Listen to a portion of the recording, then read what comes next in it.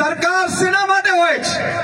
સરકાર વ્યવસ્થાઓ પૂરી પાડવા માટે હોય છે, વ્યવસ્થાઓ લેવા માટે નહીં.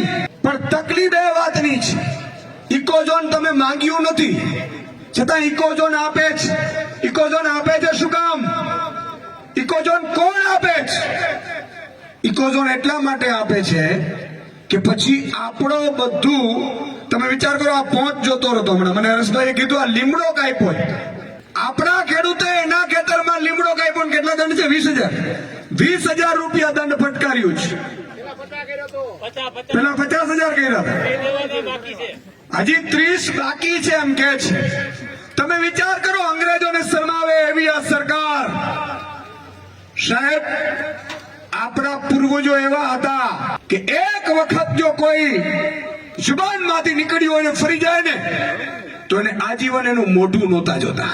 આપણી ખાનદાની આ છે ભારતની પ્રજા ખમીરવંતી પ્રજા છે. ભારત ક્યારેય ઝૂકે નહીં. ભારતની જનતા હંમેશા દેશ હોય કે આપણું સંસ્કૃતિઓ એના માટે જાન આપ્યા છે. આ ભાજપ વાળાને ઈ સમજાવો કે આ મારા ખેતરો ઉપર તમે ના આવીને ઉભા છો. મને ખબર છે પોલિટિકલ સભા હોય તો આટલી વખત બેહે નહીં, વારંવાર કેવું પડે હમણાં નાસ્તાની વ્યવસ્થા છે, બેઠા રહેજો, એવું કેવું પડે. અહીંયા માતા બહેનો ઉંમરલાયક પણ બેઠા છે. હું જોતો તો હમણાં કે કેટલી બધી પીડા છે. ભાજપ વાળાને ઈ સમજ પડવી જોઈએ. જોકે નમાલા નેતાઓ છે, ઉપર કહી નથી શકતા. હમણાં ગોપાલભાઈએ વાત કરી કે 162 ના ખોટિયા કરે, શું બિચારા.